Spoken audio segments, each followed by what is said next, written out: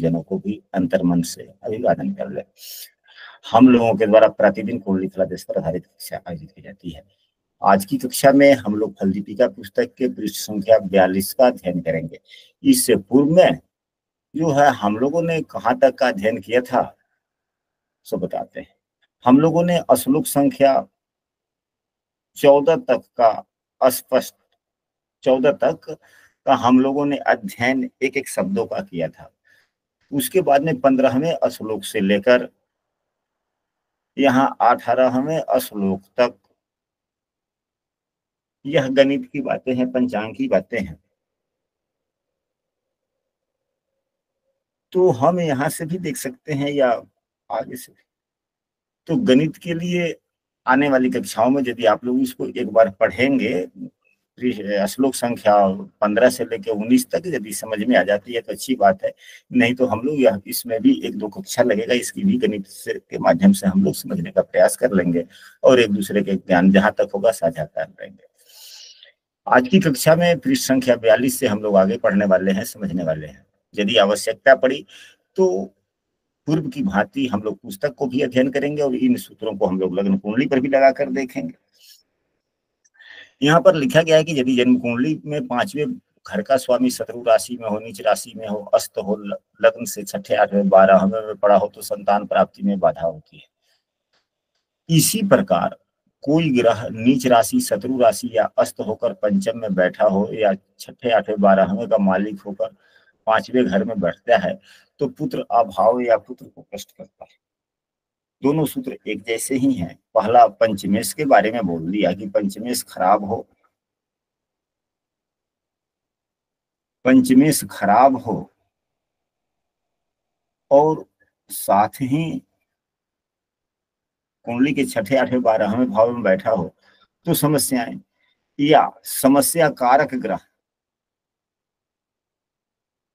कोई भी ग्रह नीच राशि का हो, शत्रु राशि का हो, अस्त राशि का हो और पंचम में बैठा हो तो या 6ठे 8वें का स्वामी ही अगर अत्यधिक खराब होकर के पंचम भाव में हो तो समस्याएं। तो यहाँ पर बात पंचम भाव की नहीं है।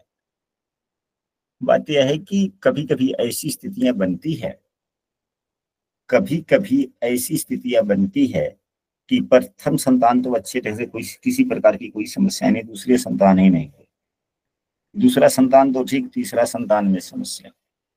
तो जिस संतान की चर्चा करनी हो उससे संबंधित भाव को देखना चाहिए। यदि दूसरे संतान की बात हो तो 7वें भाव की चर्चा करनी चाहिए कि 7वें भाव का स्वामी नीच हो, अस्त हो, खराब हो, शत्रु राशि में हो और कुंडली के 6ठे 8वें 12वें में बैठा हो तो, या 7वें भाव में कोई भी ग्रह खराब होकर के बैठा हो या उससे भी अधिक नुकसानदायक स्थितियां तब हो जाती है जब संबंधित भाव में 6ठे 8वें 12वें भाव का स्वामी खराब स्थिति में हो तो अत्यधिक समस्याएं।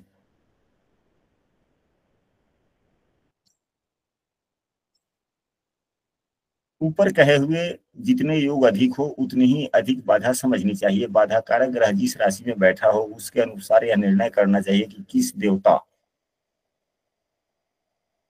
वृक्ष या जीव के कारण बाधा हो रही है तो उसके शांति का उपाय करना चाहिए। यहाँ पर देखा जाए इस पुस्तक में क्या कहा जा रहा है, बाधा कारक ग्रहों को पहचाने,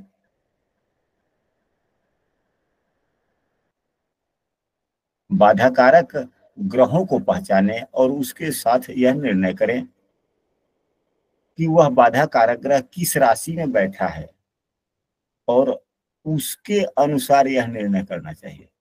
किसके अनुसार निर्णय करने के लिए कह रहा है? राशि की, जिस राशि में बैठा है उस राशि के लिए, उस राशि के लिए। इसको हम लोग लग्न कुंडली लगा करके, जो पिछली कक्षा में हम लोगों ने जिस लग्न कुंडली पर चर्चा की थी उसी लग्न कुंडली पर हम लोग आज भी चलने वाले रक्षा करेंगे। शांति का उपाय करना चाहिए। तो शांति क्या कर, कैसे करना है इसके बारे में यहाँ पर काफी कुछ, अब यहाँ पर राशि के अनुसार नहीं दिया, वहां तो बतला जाए कि राशि के अनुसार उपाय करने चाहिए और यहाँ पर ग्रह का नाम दे। आगे भी हम लोग पढ़ लेंगे। यदि कोई कक्षा में नया है और प्रतिदिन की कक्षा में शामिल होना चाहते हैं तो स्क्रीन पर दिख रहे नंबर पर व्हाट्सएप पर कक्षा में कंटिन्यू हो सकते हैं, या इस वीडियो के डिस्क्रिप्शन में हम अपने व्हाट्सएप समूह का लिंक भी दे देंगे, वहां से भी शामिल हो सकते हैं। यदि संतान कारक ग्रह, संतान बाधा कारक ग्रह सूर्य है, यानी कि सूर्य ही खष्टेश होकर के संबंधित भाव में नीच के होकर बैठ जाए, या अष्टमेश या द्वादशेश होकर संबंधित भाव में बैठ जाए, तो यहाँ पर बतलाया जा रहा है कि भगवान शंभु और गरुड़ के द्रोह के कारण या पितरों के शाप का फल है। यदि प्रतिबंधक ग्रह, प्रतिबंधक ग्रह का मतलब वही हुआ कि जो ग्रह संबंधित भाव में हो या सबसे अधिक प्रभावित संबंधित भाव को कर रहा है, तो माता या किसी अन्य साधवा स्त्री के चित्त को दुख पहुंचाने के कारण या भगवती शाप संतानों का है। मंगल देव हो तो ग्राम देवता भगवान कार्तिक स्वामी के प्रति अवज्ञा या शत्रुओं अथवा भाई बंधुओं के शाप से कष्ट है।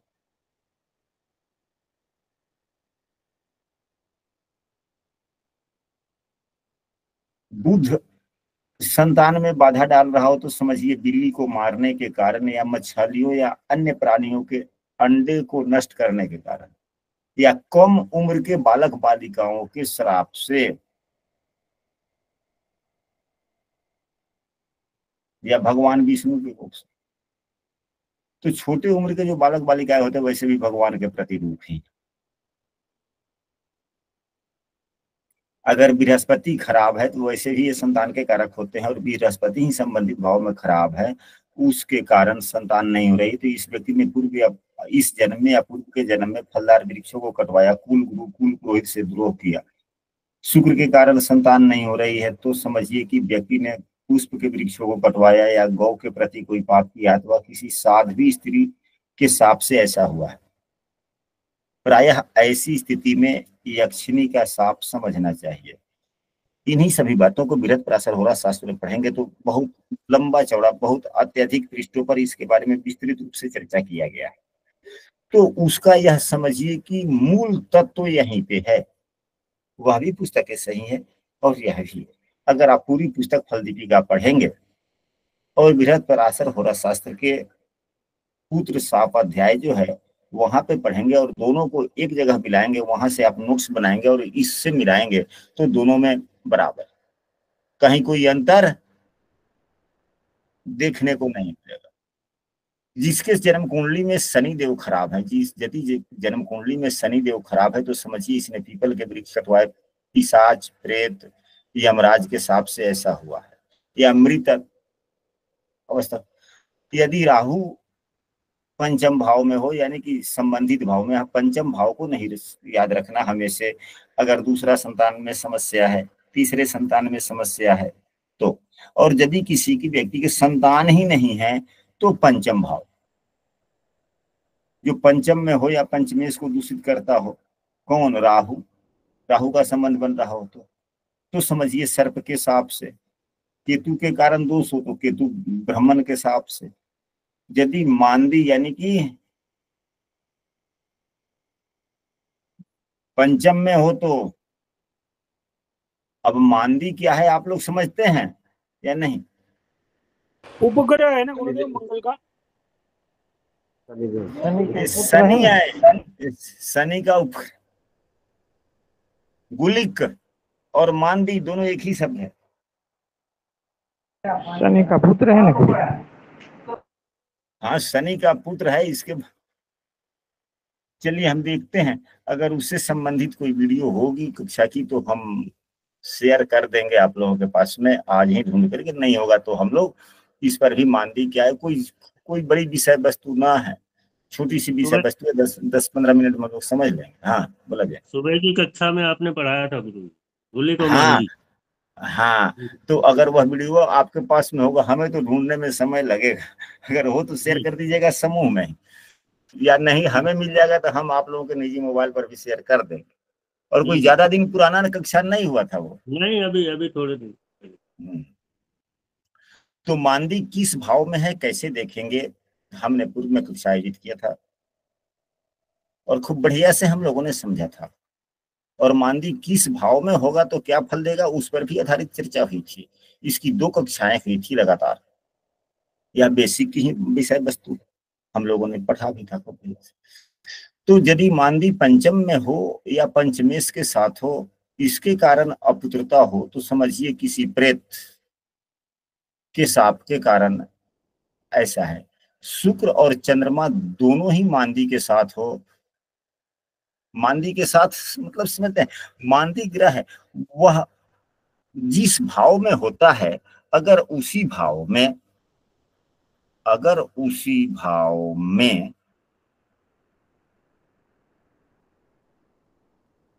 यदि शुक्र और चंद्रमा जिस भाव में है उसी भाव में आपके गुलिक या मांदिक है, गुलिक और मांदी एक ही शब्द है, तो यह समझना चाहिए कि इस व्यक्ति ने किसी गाय या युवती या स्त्री की पूर्व जन्म में हत्या की है। किंतु यदि केतु या बृहस्पति मांदी के साथ पंचम में हो, तो समझिए पूर्व जन्म में किसी ब्राह्मण की हत्या की है। मांदी जहां पे है वहीं पे केतु हो, बृहस्पति हो, तो ऐसी बात है। हत्या का मतलब ये नहीं कि जान से मार देना, हत्या का मतलब ये नहीं कि जान से मार देना। हत्या कई प्रकार के होते हैं। इतना घोर अपमान कर देना कि व्यक्ति उस अपमान से निकलने में ही उसको काफी लंबा समय निकल जाए, तो समझिए कि वह भी एक मृत्यु ही कर देना, हत्या ही के बराबर हो जाता है। इतना लज्जित कर देना कि लज्जा से वह व्यक्ति सामने बाहर ही नहीं निकल पाए, यह भी एक प्रकार का हत्या ही। ऐसा बर्ताव न कर देना कि उनके दिल से एकाएक आंसू एकाएक आंख से टपक जाए, यह भी एक हत्या ही है।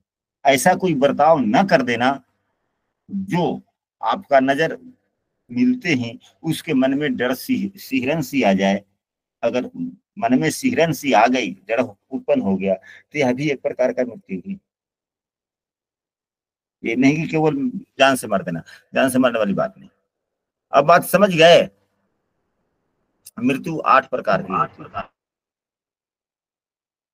इस प्रकार जन्म कुंडली के ग्रहों से यह पता चलता है कि पिछले जन्मों में इन्होंने क्या क्या पाप किए, जिस कारण संतान से हिंता है। पुत्र उत्पत्ति के लिए यह आवश्यक है कि जो जो ग्रह बाधा कारक है, उस ग्रह के लिए जो जो जप दान शुभ क्रिया बतलाई गई है वह करे। दोष शांति के लिए पुत्र उत्पत्ति, दोष शांति होने पर पुत्र उत्पत्ति यानी कि संतान हो सकता है। अब राशि वाली बात देखते हैं कि नीचे दिया गया है कि नहीं, फिर उसके बाद में हम लोग कुंडली भी लगाकर उस पर भी चर्चा करेंगे। ऊपर के श्लोक में उल्लेख में आया है कि विविध शुभ क्रिया करें। इस श्लोक में यह बताते हैं कि कौन सी शुभ क्रिया करने से संतान प्रतिबंधक दोष की शांति होकर पुत्र की प्राप्ति हो सकती है। सेतु स्नान, समुद्र स्नान, सतकथाओं का कीर्तन, शंकर पूजा, भगवान विष्णु के व्रत, दान, श्राद्ध, श्राद्ध का मतलब हुआ कि पितरों का, नाग प्रतिष्ठा, सर्प देवता की पूजा, मूर्ति प्रतिष्ठा आदि करने से संतान प्राप्ति हो सकती है।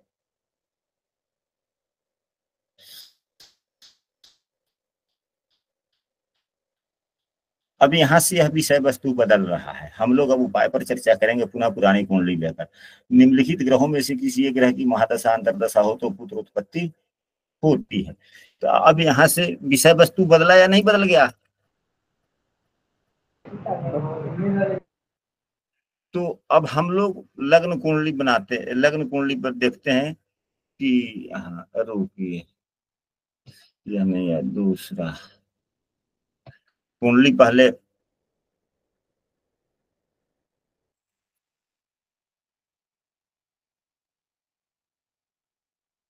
हम्म।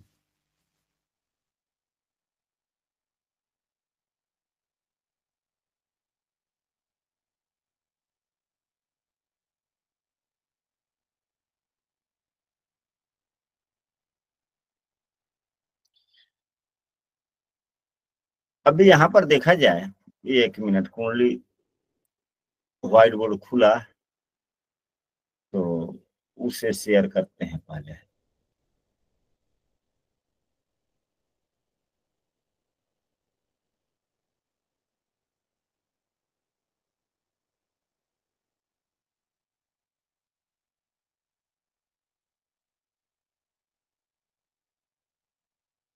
मंगलम भगवान विष्णु। इस कुंडली पर कई बार हम लोगों ने कक्षा किया कि संतान सुख क्यों नहीं है, भाग 8। तो कल भी संतान सुख पर ही कक्षा हुई थी 9, आज भी संतान सुख पर ही कक्षा हो रही है, भाग इसको 10 मान सकते हैं। अब इस उदाहरण कुंडली में पूर्व की कक्षाओं में पुरुष से संबंधित, पुरुष की कुंडली में ज्यादा दोष उत्पन्न हुआ था ना, पुरुष की कुंडली में ज्यादा दोष उत्पन्न हुआ था कि नहीं हुआ था? हुआ था गुरुजी। पुरुष की कुंडली में। अब यहां देखा जाए प्रथम संतान ही नहीं है, तो प्रथम संतान के लिए प्रथम संतान के लिए 5वां भाव देखा जाएगा एवं पंचमेश देखा जाएगा। पंचम भाव 5वें भाव के स्वामी, यही दोनों देखे जाएंगे। तो अब यहां पर देखा जाए कि इनके पंचम भाव में 7वें भाव के 8वें भाव के स्वामी बैठे हुए हैं।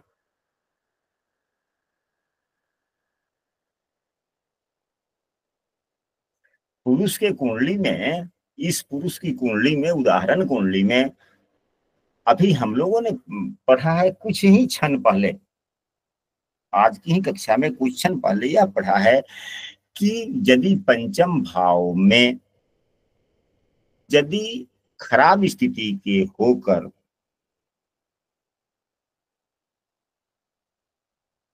कुंडली के 6ठे, 8वें या 12वें भाव के स्वामी बैठे हों तो संतान में समस्याएं होती है। इस उदाहरण कुंडली में 8वें भाव के स्वामी पंचम भाव में बैठे हुए हैं एवं राहु से युक्त भी हैं। राहु देव का अंशात्मक मान देखा जाए 24-27 है, यह भी अंश बल में मजबूत ही है, कोई कमजोर नहीं है। शुक्रदेव भी 18 अंश के हैं, 24-6 18 है, ये 24 है, 6 अंश का ही अंतर है, 6 अंश का अंतर है, 6-20 का। 6-40 से अधिक होता तो कुछ दूसरी बात थी, यानी कि 2 नवमांश भी अधिक दूर नहीं है, एक नवमांश दूर है दूसरे नवमांश में।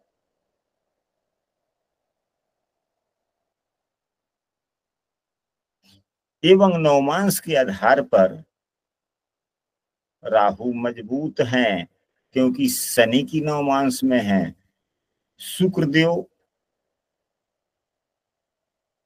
गुरु की राशि में है, नवमांश में, अपने शत्रु राशि में।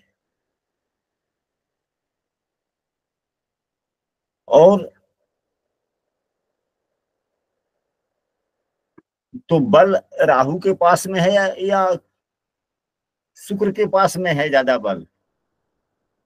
राहु के पास में ज्यादा है। राहु के पास में ज्यादा है।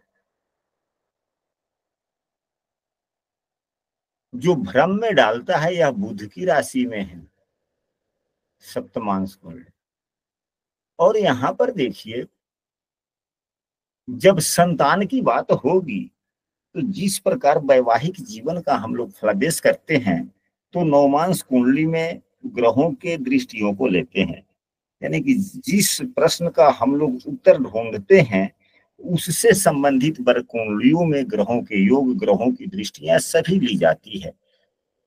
यहाँ भी शुक्रदेव स्वगृही हैं, बलवान है, शुक्रदेव स्वगृही है सप्तमांश कुंडली में, तो यहाँ के लिए ठीक है। परंतु शनि से राहु दृष्ट भी है, यानी कि राहु और शनि अलग नहीं हो पा रहे हैं और शनि नीच के भी हो गए। शनि लग्न कुंडली में इनके लिए द्वादशेष एवं एकादशेष भी हैं, जो कि सप्तमांश कुंडली के भी। तो नीच के शनि की दृष्टि राहु पर पड़ी, तो इनके लिए राहु और खराब हो गया या अच्छा हुआ? खराब हो गया। खराब हो गया। तो यहां पर दोष कारक ग्रह कौन बना? राहु एवं शुक्र दोनों हो गए ना। जी गुरुदेव। राहु एवं शुक्र दोनों हो गए। अब यहीं पे इस जातक का जन्म सूर्यास्त के समय का है या सूर्यास्त के बाद का है, क्योंकि लग्न का अंशात्मक मान 28-30 है। लग्न का अंशात्मक मान 28-30 है, और सूर्य 2 डिग्री के हैं। सूर्यास्त के बाद का जन्म है। तो जब सूर्यास्त के बाद का जन्म है तो रात्रि हुआ या दिन? रात्रि हो गया। रात्रि। और यह किस दिन जन्म है, यहाँ पर हमने तारीख नहीं लिखा। तारीख रहता तो दिन भी निकल जाता। दिन तो ऐसे भी निकल सकता है, तिथियां निकलेगी, पंचांग देखना पड़ेगा। इसके बाद चंद्रमा का अंशात्मक मान है, ये है, तो तारीख भी निकल सकता है। लेकिन वो छोड़िए, अगर दिन पता होता कि यह कुंडली जातक का जन्म किस दिन है, तो मानदी यहीं पे निकाल के हम बता देते। 2 मिनट में आप लोग समझ जाते कि आपका कुंडली की आपका मानदी किस भाव में है। खैर, मानदी गुलिक का जो कक्षा की वीडियो हम आप लोगों के पास में शेयर कर देंगे। हो सकेगा तो इस वीडियो के डिस्क्रिप्शन में भी डाल देंगे ढूंढ करके। तो अभी हम लोगों ने कुछ क्षण पहले पढ़ा है कि राहु यदि पंचम भाव में हो तो सर्प दोष होता है, और यदि शुक्र के द्वारा दूषित हो रहा हो, तो यहाँ पर क्या राहु ही केवल दूषित कर रहा है पंचम भाव को, या शुक्र के द्वारा भी दूषित हो रहा है पंचम भाव?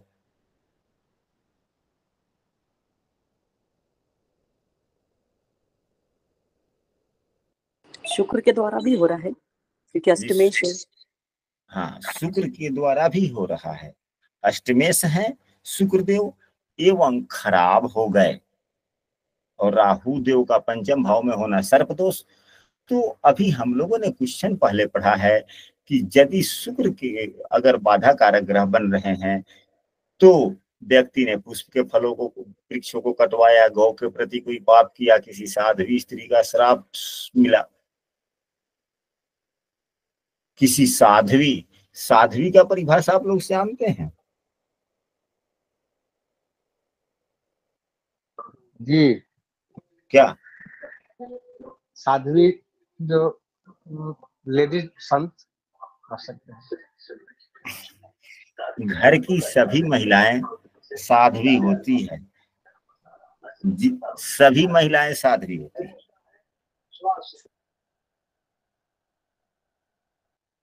साध्वी सभी हैं। आप समझ गए होंगे, आप कहने का मतलब। जी जी जी।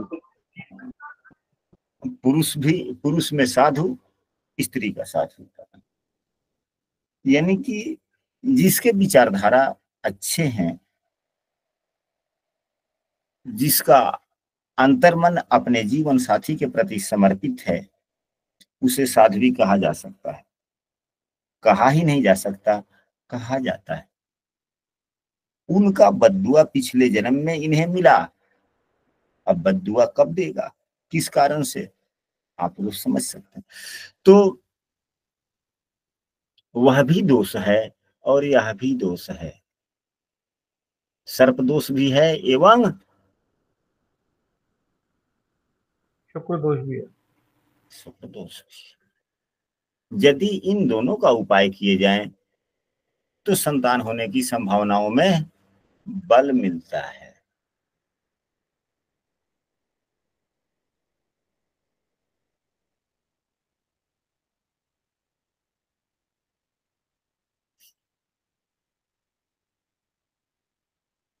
तो राहु के लिए सर्पदोष की शांति करवाए, शुक्र के लिए भी शुक्र का उपाय करें,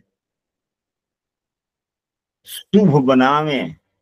बलवान तो शुक्रदेव है ही है, 18 अंश के है तो कमजोर है कि बलवान है? वह कमजोर है कि बलवान है? बलवान है कि नहीं है? बल देना है कि या शुभता लानी है?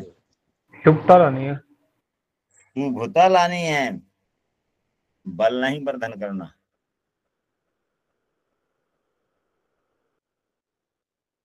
तो कोई भी ग्रह में शुभता लाने के लिए क्या किया जाता है? बलवान करने के लिए तो उनके तांत्रिक मंत्रों का जप कीजिए, ठीक है।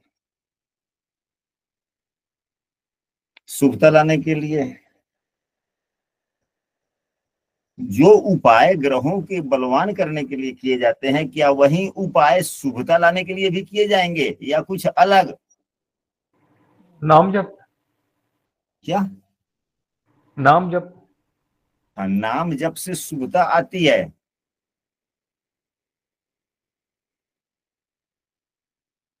वैदिक मंत्रों से शांति होती है, तांत्रिक मंत्रों से वृद्धि होती है, दान करने से भी शुभता आती है। लेकिन दान दान के जैसे हो तब। दान का मतलब यह है कि आप इतना दान करें कि आपको कमी का एहसास हो, इतना दान ना करें कि आपको कर्ज लेना पड़े, आपके खर्चे में समस्या आने लगे। वैसा दान नहीं, दान करें जिससे सब कुछ न कुछ कमी का एहसास हो, लेकिन उस कमी से कोई खास अंतर पड़ने वाला नहीं है। उस दान का महत्व कुछ ज्यादा होता है। या जरूरतमंदों को कुछ दें, तब उस दान का पुण्य मिलता है। नहीं तो दान का उतना खास महत्व नहीं रह जाता। हम जो कह रहे हैं उस बात को आप लोग समझ पा रहे होंगे। अगर हम किसी जरूरतमंद को कुछ दान देते हैं, वह आपका नाम बार बार याद करता है, पुण्य मिलता है। और जब किसी व्यक्ति को किसी चीज की आवश्यकता ना हो। आज ही तो हम गए हुए थे एक जगह, आज एक शाह का रस्म था, बुलाया गया था, कल पगड़ी है, जाएंगे। जहां हम गरुड़ पुराण कहने जाया करते थे, कल तक हमने कहा था, और कहने क्या जाया करते थे, वहां उपस्थिति अनिवार्य थी, इसलिए हम गए थे। रात्रि में क्लास समाप्त करते थे और फिर जाते थे रोज। आज से नहीं जाना है, इसलिए कोई समस्या नहीं। तो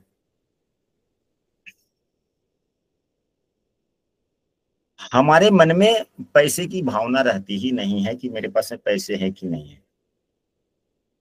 पैसे जेब में है नहीं है कोई फर्क नहीं पड़ता, क्योंकि ईश्वर ने हमें सदैव हमारे पास में जितनी खर्चा की आवश्यकता होती है, भगवान कहीं ना कहीं से पैसे दे देते हैं। हमें बैलेंस नहीं है, पैसे अकाउंट बैलेंस की आवश्यकता मुझे नहीं है, उसकी अभिलाषा भी नहीं है। तो आप हमें पैसे का चाहे कितना भी अत्यधिक दान कर दें, तो क्या हमें याद रहेगा उस बातों को? हमें नहीं। जरूरत ना हो तो क्या याद पड़ेगा? नहीं बढ़ेगा। नहीं पड़ेगा। लेकिन जब हमें आवश्यकता आ जाए, तो हमने वहां पे चर्चा किया था कि हाँ ऐसी ऐसी बात है, हमें क्या चिंता है, कोई फर्क नहीं पड़ता। लैपटॉप खरीदना था, हमने एक बार समूह में लिखा ही नहीं, हल्का सा बोल दिया, तो इतने पैसे आ गए।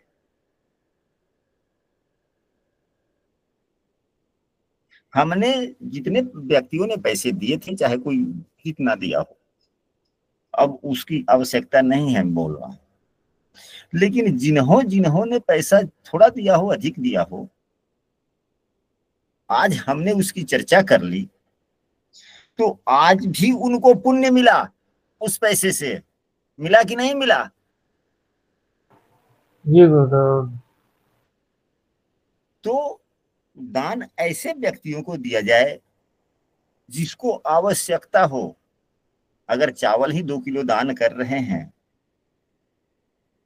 तो ऐसे किसी व्यक्ति को दीजिए जिसको उसकी आवश्यकता है, वह चावल बड़े आदर के साथ में अपने घर को लेकर जाएगा और देगा, और उस चावल से 3-4 रोज खाएगा भी। जब खाएगा तो आपका नाम लेगा। और किसी संपन्न परिवार वाले को अगर आप वही चावल दान देते हैं, वैसे वह मोटरी में बांधेगा, झोला में रखेगा, भारी मन से ले जाके घर को देगा।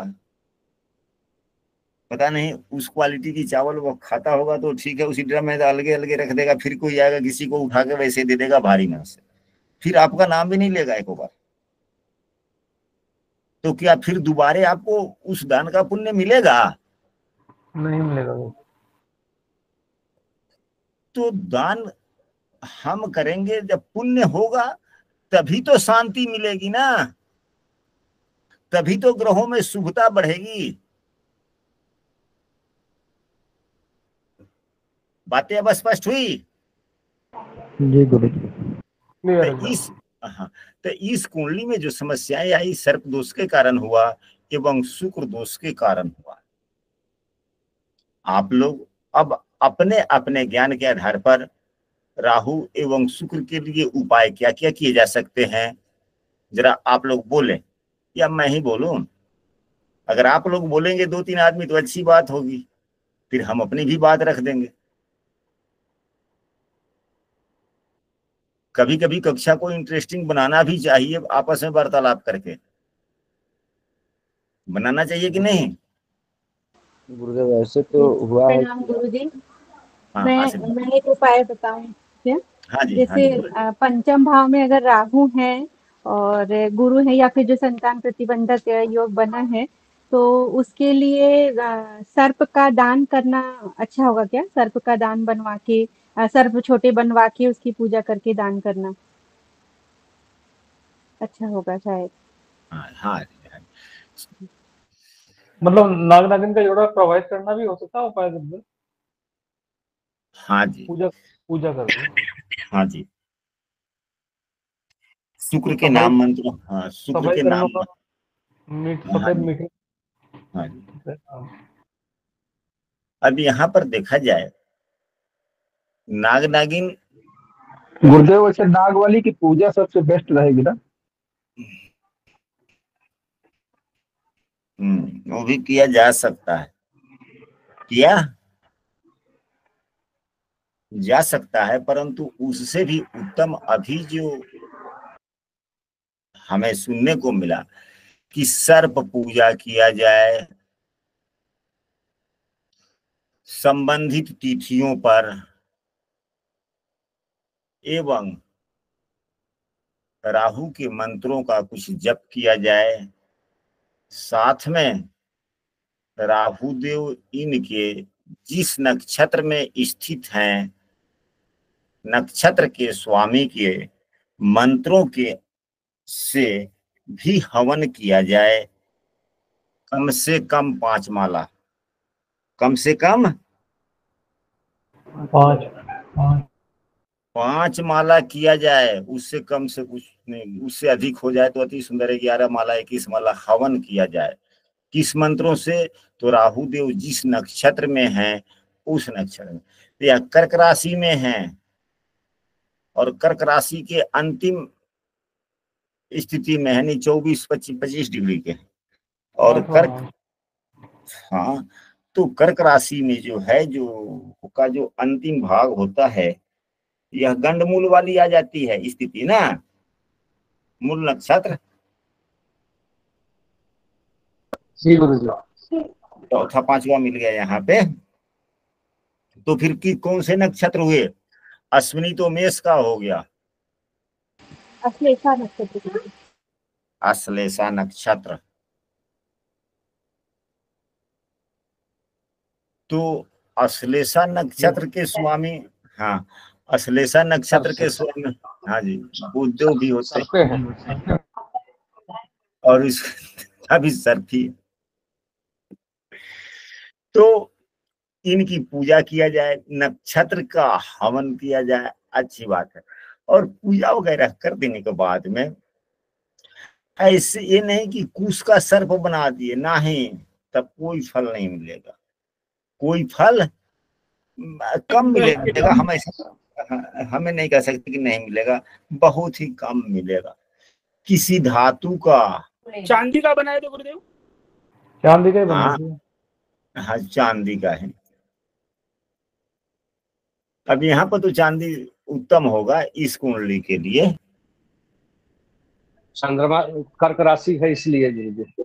हाँ कर्क राशि है इसलिए, चंद्रमा से संबंध रख रहा है इसलिए, शुक्र भी तो वैसे ही है सफेद टाइप का इसलिए, तो यहाँ पर चांदी का ज्यादा महत्व हो गया ना। जी गुरुदेव, तो तालाब में भी रखना चाहिए, प्रतिष्ठित करना चाहिए तालाब हाँ में। और इसके बाद में पूजा पाठ करें खूब बढ़िया से विधिवत। शुक्र के मंत्रों का भी कुछ जप वगैरह कर ले, क्योंकि शुक्र देव का भी अंशात्मक मान 18 ही है, 13-20 होता है, तो 30 में से 13-20 कम होगा तो कितना आ जाएगा, 16-40 ना। तो 16-40 से लेके 30 अंशों तक तो अश्लेषा नक्षत्र ही है ना।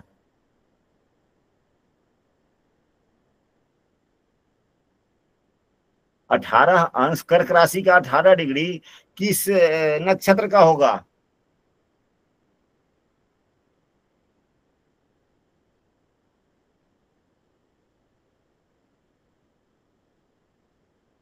कर्क राशि का, कम से कम आप लोग बोले कर्क राशि का पुष्टि का होगा।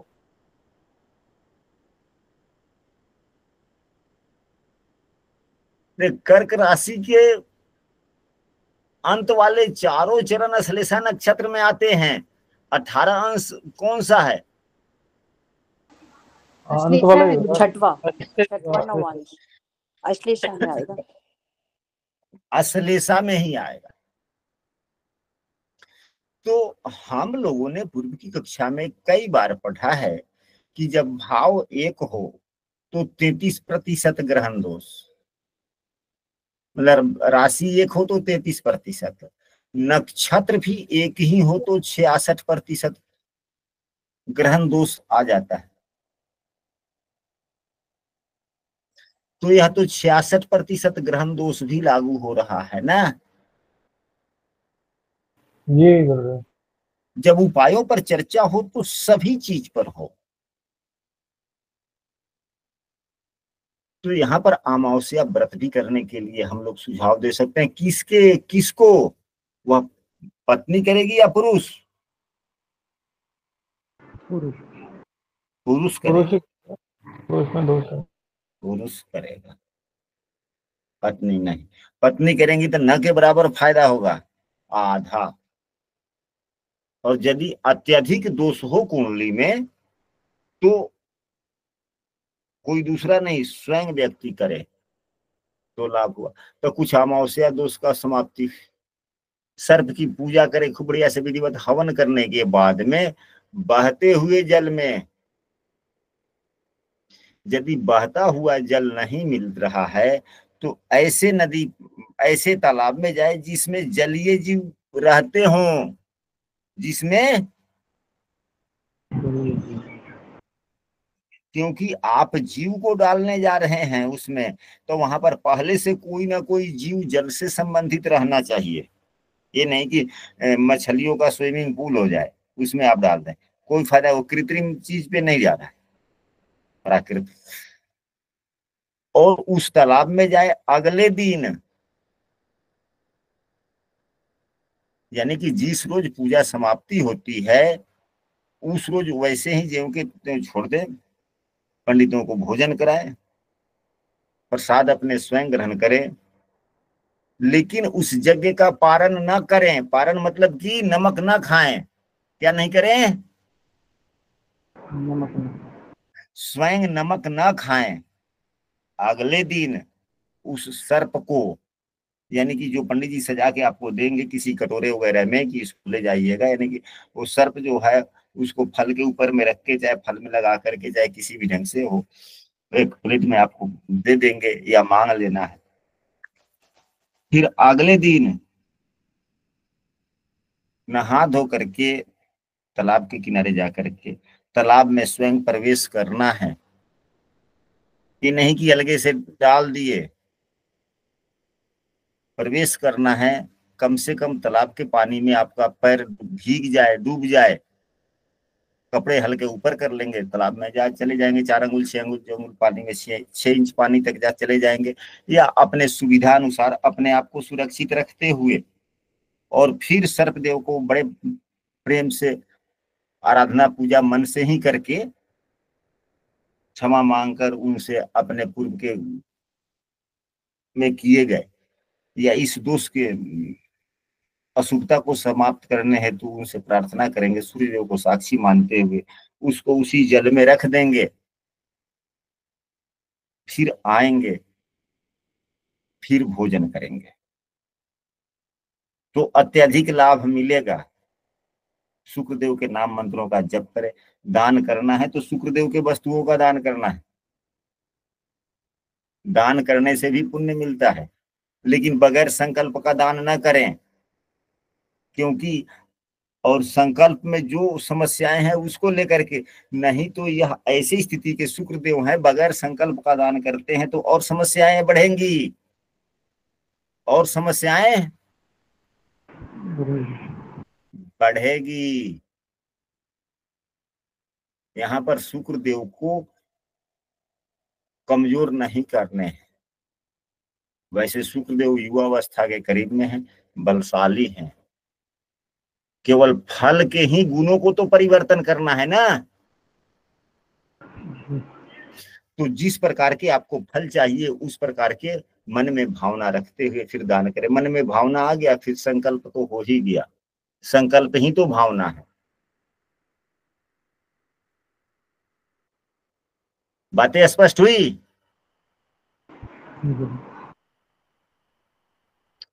और भी आज हम प्रश्न कुंडली की कक्षा में एक चर्चा चल रही थी, वहां पे कम ही सदस्य हैं प्रश्न कुंडली में, तो वहां पर जो बात चल रही थी तो अनायास ही एक उपाय मन में आ गए, जो आज हमने एक कुंडली दिन में देखी थी, तो उस कुंडली पर आधारित वार्तालाप 2 मिनट की थी, हो गई। उस बातों को हम यहाँ पर भी पुनरावृत्ति कर देना चाहते हैं। आज हमने एक कुंडली देखी थी, प्रश्न कुंडली पर ही प्रश्न था कि वार्तालाप हम किस कायदे से करें कि हमें सफलता मिले।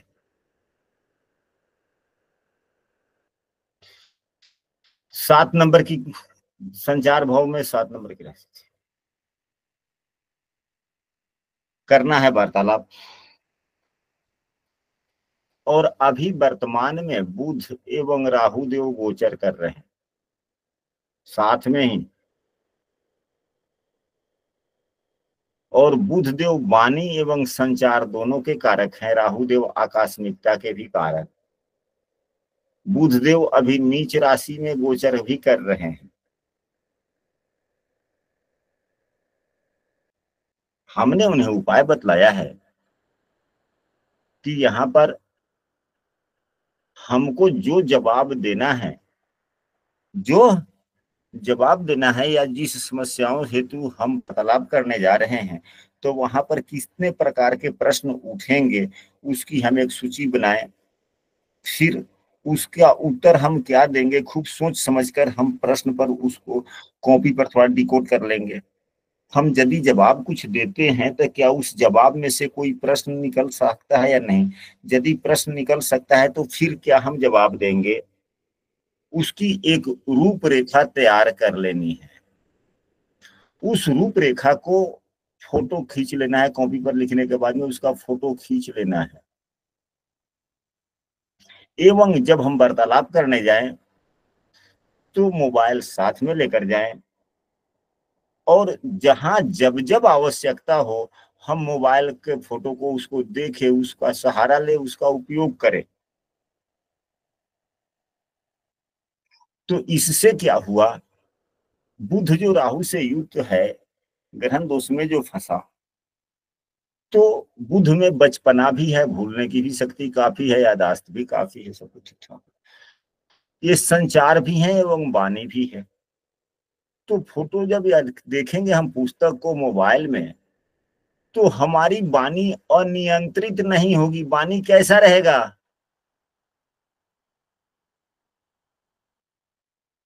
नियंत्रित रहने की संभावना बनेगी कि नहीं बनेगी? और जब राहु जब खराब स्थिति में होते हैं तो आप कोई, राहु नहीं, बुध देव जब खराब स्थिति में होते हैं और आप जब वार्तालाप करने कहीं जाते हैं तो बहुत से महत्वपूर्ण विषय वस्तु जो आपके फायदे के लिए होता है वह आप भूल जाते हैं और बाद में आके अफसोस करते हैं कि वाह, अगर ऐसी बातें मैंने वहां पे की होती तो यह परिणाम इतना दुखदाई नहीं होता। तो यह बात को जब हम लिखेंगे तो उसको वह भूलने भी नहीं देगा। वाणी भी नियंत्रित, जो विषय वस्तु हमें बोलना है वह भूलने भी नहीं देगा। एवं राहु क्या है? छाया ग्रह है, बिजली है, मोबाइल है, शीशा है। तो हम वार्तालाप के समय में जब राहु का सहारा लेते रहेंगे, फोटो देख देकर बोलेंगे तो राहु का सहारा ले लिए। तो जब राहु का सहारा ले लिए तो भले ही आपका कोई भी व्यक्ति हो, मित्र न हो, शत्रु ही हो, और उससे सहारा लेकर के यदि आप अपना जीवन यापन आगे बढ़ाना चाहते हैं तो कहीं हद तक वह शत्रुता वाली बात छोड़ देता है और आपको सपोर्ट भी करता है। तो राहु का वह एवं बुध का उपाय हो गया कि नहीं हो गया फिर इस व्यक्ति के लिए? शायद हमारी अब यहाँ पर अगर 4 दिन 5 दिन के बाद में जाना है वार्तालाप में, तो हम 4 दिन बुध का जप करेंगे कि राहु का जप करेंगे? जप करने में कहीं मन नहीं लगा, ध्यान भंग हो गया, तो क्या जप का फल मिलेगा? नहीं मिलेगा। तो हम क्या करें कि हमें फल की निश्चित रूप के सकारात्मक होने की संभावना बने, तो इस प्रकार से विकल्प हम लोग तलाश सकते हैं। तो कहने का मतलब हर चीज में अपने अपने विवेकशीलता का भी उपयोग, ग्रहों के गुण धर्म के आधार पर उपायों में अपने विवेकशीलता का उपयोग करना चाहिए। करना चाहिए नहीं करना चाहिए? तो आज की कक्षा में इतना ही। आशा करते हैं कि आज की कक्षा आप लोगों को अच्छी लगी होगी। यदि किसी सदस्य को किसी भी प्रकार की बातें समझ में न आई हो तो समूह में लिख सकते हैं या वीडियो का डिस्क्रिप्शन